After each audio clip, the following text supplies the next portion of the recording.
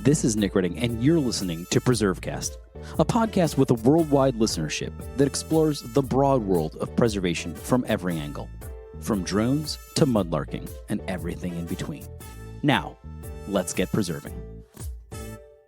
This is Nick Redding. You're listening to PreserveCast, and today we're really excited to be joined by another guest from across the pond, Professor Roland Ennos, who is the visiting professor of biology at the University of Hull, but for our purposes is also the author of The Age of Wood, which is a really interesting and really groundbreaking, in my perspective, study on what he describes as the most useful material that has been responsible for the construction, really, of civilization.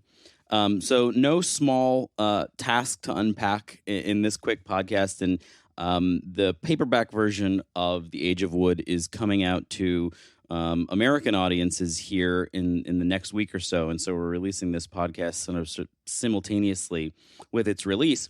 But Roland, where did you, before we get jumping into all of this, you'd like to paint a picture of the people that we're talking to?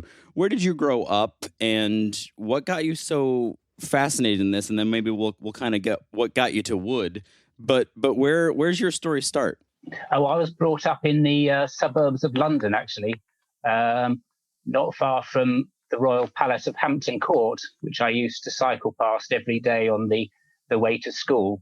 And so that part of London, it's full of history. It's where all the rich people from Tudor times up to the 19th century came out to have their country homes. So I used to sort of like pass Michael Faraday, the famous scientist's house. And so I was always had a fascination for history, but more also I was fascinated by biology and engineering. And so it's through those that I got my interest in materials and love of nature. It all came together with this love. I have an interest in wood and how we've used it. And you seem like you kind of describe in parts of the book sort of this interesting place that you live in academia, where you're sort of in between biology, applied science, anthropology, pure history. It almost seems like you don't fit in a perfect place in academia, or they don't always know where to put you. No, I don't fit anywhere. My sort of big subject, what you would call it, is biomechanics. So that is a link between biology and engineering. So you're always an outsider. The biologists are a bit wary of you because you know something about physics. Physicists look down on you. Engineers are nice. They're very helpful, but they think you're quite amusing and odd. But then later on, I got interested in putting this into anthropology, archaeology and history, and I was lucky enough to sort of have some links with the anthropologists and historians at the University of Hull. So I was able to sort of get some more expertise in those areas by talking to them. And so when it comes to biology, has it always been wood? I mean, wood from day one, in terms of from its cellular structure to how we can manipulate it with the ridges on our fingers. Has it always been wood itself, the material that's fascinated you most? And has that always been your area of study? Well, not really. I started off my PhD research was on the mechanics of insect wings and how they're designed. But in October 1987, an awful lot of the trees in southeast England were blown down by a huge gale. And so I realized that people didn't know much about how roots anchor plants in the ground. So I sort of got into plant biomechanics. And then actually the first lecture I ever gave was on trees and on the mechanics of wood. And that interest from the time that I was 30, that just expanded, and looking at it sort of linked in with the things I'd loved from my childhood. And I managed to talk to anthropologists, primatologists, and do research with them. And it just sort of happened, and it's sort of been gradually thinking about it for the last 20 or 30 years, going to museums. And when you do that, are all around you, you see that everywhere there is wood, and that's no one ever talks about it, but it's always there. Yeah, it's something, this is not, from my perspective, this is not an extended sales pitch for the book, For the Age of Wood, although I would encourage everyone to pick it up, because for me, someone working in historic preservation and saving buildings and doing the work of this, like you say, it's pervasive. It's everywhere. I'm sitting on it. I'm looking at it. My desk, my computer is propped up by it. And there are these things in our lives where they're just so ever present that you just begin to ignore them, right? That's I mean, right. It's sort of like the air around you. Like, yeah, I guess I'm synthesizing air in my lungs, but I'm not really thinking about it much like that. And wood seems to be something that is almost as present as oxygen. I mean, it is just ever present in our lives. And I think that a book like this is great in that, I'm not sure I would have ever really stopped to think about the tensile strength of wood and how it can be compacted and how it can expand and how the strength of it. But you really paint the picture for just this most diverse material in terms of the way we can use it. And so I kind of want to jump to this idea that the book and you really compellingly make this case that from our descent from the trees, an early hominid species, to literally empire building, none of it is possible without a human relationship with wood. And even the title of the book, right, is The Age of Wood, sort of a callback to this idea of the Iron Age and the Bronze Age and all these sorts of things. How on earth did we miss all of this for so long? Why is there a Bronze Age and a Stone Age and all these different ages, and wood is not really considered a part of that? How have we done that? I think, well, the main reason is that very little wood has actually survived. It's nowhere near, it doesn't last in the fossil record. It doesn't last anywhere near as long as those other materials you've mentioned, the stone, bronze and iron. And originally those ages, they were called those ages just because some of the first archaeologists actually could sort of age how old a particular archaeological dig was by finding particular sorts of stone, particular sorts of bronze, particular sorts of iron for instance, in the graves, whereas there wasn't any wood there. So they called them those ages, the Stone Age, Bronze Age, Iron Age. But then by a sort of process of osmosis or something, because they were the only things to study, then what scientists do is they tend to think that the thing they study is the most important. And because there was lots of stone left from the Stone Age, people would classify it as the most important thing and suggest that stone was the dominant material. Of course, if you look at reconstructions of Stone Age life, all the things, there's very little stone about. There's a few little stone tools, but then there's wooden huts, there's wooden fires, wooden spears, wooden digging sticks. Everything is wood, but it's not there. But the archaeologists have got into that mindset in that those must, because they're the only things that survive, those must be the important things, and that's why they've just disregarded the most important material just because it's not obviously there.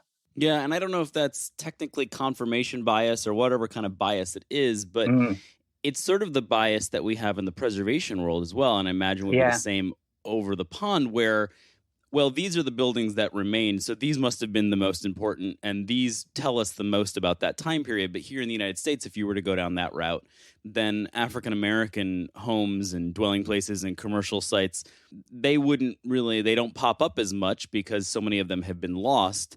And so you begin to make these strange evaluations. I mean, imagine what we would say about our own civilization if you only did it by the things that remained. I guess it would be that we would be hyper interested or hyper, this is the plastic era. The plastic era, or the stainless steel era, or the diamond era, because that doesn't rot at all. So if you it just needs a total change of mindset to think in a different way, and specialists don't ever, in my opinion, experience think in different ways. They're all sort of channeled into thinking in their own particular way. And they've done it all their lives. So they're not going to say, all my life's work is pointless. So they're always going to emphasize how important what they've been studying all their lives is. So it's always going to be difficult to change the expert's mind. You can change young people's minds much more easily. So in changing minds, in writing this book, before we take a quick pause and then come back, but did anything that you came across really change your mind or your perception and understanding of how sort of human civilization evolved with respect to wood? Was there any moment where you just said, wow, I never really saw this coming? I think the main thing was when we saw how our ancestors, or not, our relatives, the orangutans, how they make wooden nests in the jungle, and just how fantastic woodworkers they are. And that really set my mind working to think, well, wood has been important, must have been important for millions of years, and we must have inherited our woodworking capability from our ape ancestors. Yeah, and perhaps that's why even, I mean, in some sort of like metaphysical way, woodworking today, I mean, obviously it's a skill and there's carpentry and there's people who do it because we have to do it, but then there's sort of a calming piece to it as well. There's something innate. It feels better to work with a piece of wood than it does to try and shape a piece of plastic. And maybe Absolutely. That's just innate in us. I think it is. And having wood around us makes us feel happier. Carpenters are sort of well known to be happy individuals, much more so than steel workers or people who make concrete. And the worrying thing is that maybe a lot of, in recent times, we've lost that connection that we've always had, and I think that's a dangerous thing, and that's likely just to make us less happy if we carry on in that way. So maybe we'll come back and talk about sort of the future of wood and restoring wood and things like that, and then where you're headed with your research, and we'll do that right here on PreserveCast. Hey, it's Nick here, and I want to remind you briefly that your support is what makes this podcast possible. To keep hearing important stories like this one, be sure to subscribe, leave a review, and follow along on social media at PreserveCast. You can also continue supporting the podcast with a donation at preservecast.org. PreserveCast is sponsored by the 1772 Foundation and powered by Preservation Maryland, a nonprofit organization that believes we all succeed when we all know more about our past. This is Nick Redding. You're listening to PreserveCast. We're excited again to be joined by Professor Roland Ennos, who's the visiting professor of biology at the University of Hull. And we've been talking about his book, The Age of Wood, which is now coming out in paperback for American audiences. And it's really this really fascinating and very well written, very approachable deep dive into the history of this substance that is sort of ever present in our lives, this material that has meant so much to us from, as we were talking about, descending our ancient hominid ancestors, descending from the trees, even our closest ancestors, the orangutans, all the way up to, these various ages of civilization that we're familiar with. I mean, could the British Empire, for example, and I think you kind of compellingly make this case, but could the exploration of the New World have happened really without wood? I mean, it's central to everything, but if you take wood out of any of these conversations, does the whole thing just sort of collapse? Well, it does actually, and one of the important things to say about empire building is that empire building couldn't have happened without wooden ships, but wooden ships couldn't have happened without the use of metal tools. And so the first plank boats and the first ships didn't appear until the Bronze Age in the Old World. Of course, in the New World, metallurgy never developed to produce strong metals, and therefore there was never there was no Bronze or Iron Ages in the Americas. And though they produced impressive civilizations, the Incas, the Aztecs, they never managed to make sea-going vessels. They only had rafts and log boats, and so that's the reason why it's the Old World were the people who explored and found the New World and then conquered it, rather than the reverse. And so it's just directly connected into all of that. And it also, I mean, you do make the case too that, like you just described very eloquently, that without metallurgy, without the metals that we've come to depend upon, then you can't utilize and manipulate the wood in ways that allow you to do different things with it.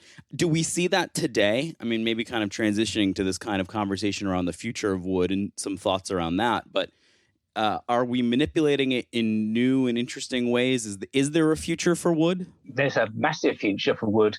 And the really exciting thing is the way that we're using wood in conjunction nowadays with sort of with plastic glues. We've had plywood for about 100 years, in which layers of veneer are glued together with plastic resins. But now the real game changer is the development of mass lumber and with wood laminates. And the big advance there is that they not only glue bits of wood side to side, but they can glue pieces of wood end to end. They have very, very closely fitting finger joints, so you can make planks of any length, link them side to side and top to bottom to make beams of any size, and you could bend those beams before you glue them, so you can make beams of any size and any shape. And the future, therefore, with all these enormous wooden beams you can make, is to produce vast sports halls, rather like the old Victorian railway stations. You can make huge new greenhouses, and you can make vast new skyscrapers. And the big trend nowadays is for wooden skyscrapers, and they're popping up all around the world. And is that because there's sort of a recognition that wood is inherently, even if you're mixing it with plastics and things that aren't renewable, that wood is still the most renewable? I mean, it seems like for a while in the mid-20th century, we got to this point where wood was sort of passé, it was old. And if you wanted to build clean and new, it had to be plastic and metal and glass and things like that, and you didn't see wood in it. We've shifted back to that. Is it the renewable nature of it? Because that's the case that the preservation community makes, is that we should be saving buildings because there's this inherent carbon sort of capture already within them, and why waste and deploy all of that to a landfill? Is it the same thing with the wood of the future? Does it offer us a more sustainable path? Well, it's much lighter. A wooden building is much lighter than a equivalent concrete building, and has about a fifth of the climate impact. It's got a much smaller carbon footprint, and of course it's locking up all that carbon in the wood itself, and that's one of the main big reasons for going for these sorts of buildings, is that they're far greener. And of course, wood is actually much better insulated than concrete. It lasts, if you keep it dry, for hundreds of years. And in fact, it's even big pieces of wood are even more resistant to fire than metals, because they just char on the outside. Very difficult to get them to burn. And so you're winning in all respects in these cases. Yeah, and I think people, and I don't know if this happened in the UK, but after the pandemic, well, we're still in the pandemic, but after the worst of the pandemic hit, and then the inflation came, wood was one of the first things to inflate.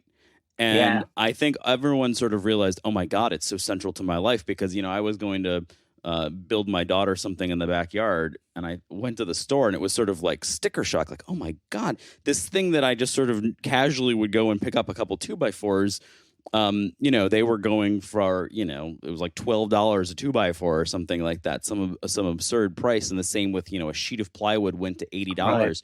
And people started questioning adding on to their homes, and the economy started, could wood stall our economy?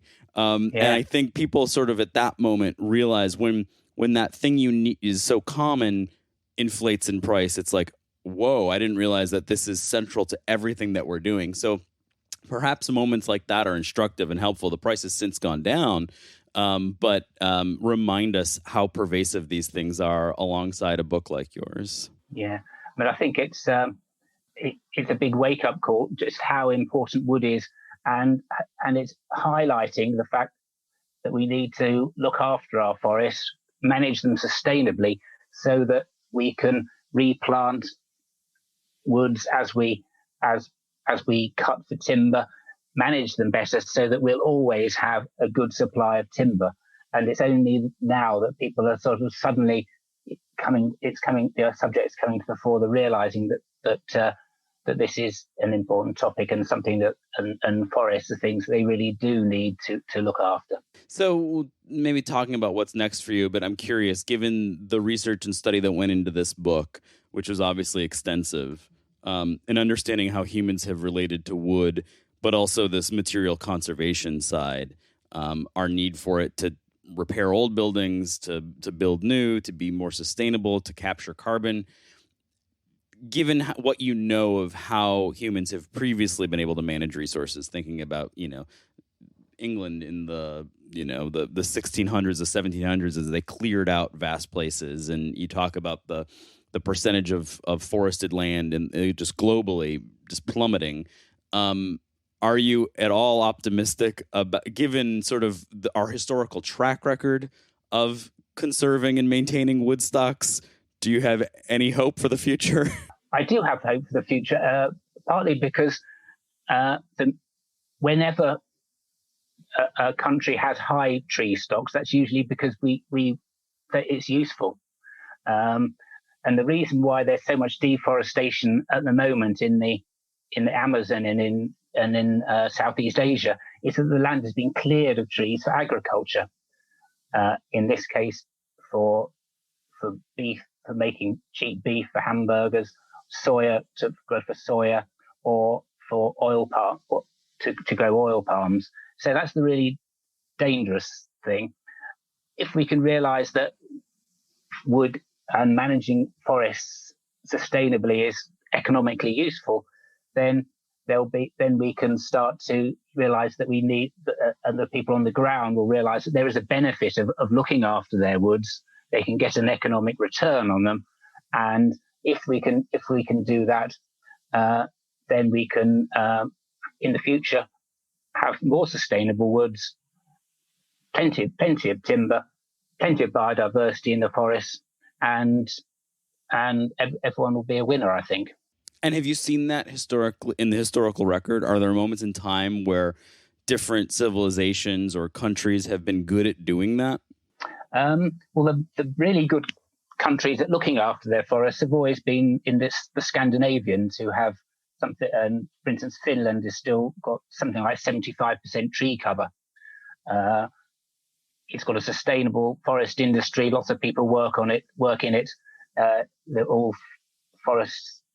It's a sustainable council approved and everything like that. The important thing, if you want to have a decent forest managed well, is to have good governance and to get rid of corruption. And so the big effort has got to be in improving the governance of countries around the world, helping them to get rid of corruption, because it's that causes people to sell off woodland and just chop it down for the lowest price, basically.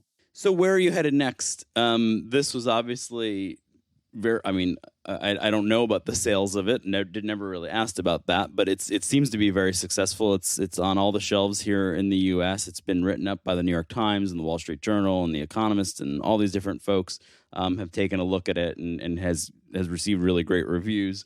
So that's probably a good thing, but also a little bit scary. If you're going to write the next one, will it be as good? Right. Yes. Where are you headed next with your research and potentially publications? Well, at the moment, I'm in the middle or towards the end, actually, of writing my next book, which is on the subject, not so related subject of spin, about rotational motion. which you might not think has much to do with wood, but it's going to talk about how we understand the importance of rotation in the way that our planet goes around the sun, the way the Earth spins, its effect on weather, on the magnetic field of the Earth, but also on the machinery that we use and have used for thousands of years, from spindles, from which the word spin actually comes, through the water wheels, the Industrial Revolution, and how we move ourselves, because we're systems of rotating joints. And so it's another long roller coaster ride through history, but using the spin as the sort of joining force.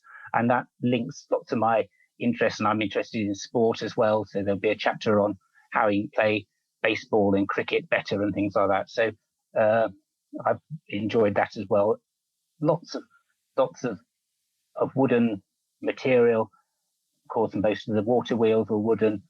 Lots of the early machinery, but it's all linking everything together. And throughout my childhood, all our family were interested in looking at what's the links between everything. And I've just been enjoying myself, basically playing around. Well, if anybody questioned at the beginning of this interview the diversity of your interests, or that perhaps you don't fit perfectly into one little spot in academia, your next publication, I think, just cemented that. Maybe that could be the next one, cement. But yeah, this is fascinating, and we'll have to have you back to talk about spin when that happens.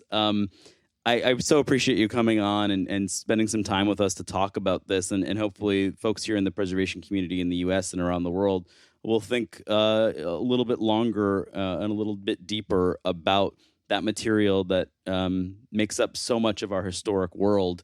And when they put their hands on it, will think a little bit deeper because of the work that you've done. So thank you so much, Roland. Oh, thank you very much. I've really enjoyed chatting to you. Thank you. Thanks for listening to PreserveCast. To dig deeper into this episode's story, head over to preservecast.org for show notes and our collection of previous episodes. Don't forget to engage with this podcast by subscribing, commenting, and leaving a review. Follow along on Instagram, Twitter, and Facebook at PreserveCast for even more. PreserveCast is currently recorded in Walkersville, Maryland, and sponsored by the 1772 Foundation, and powered by Preservation Maryland. Thanks for listening, and keep on preserving.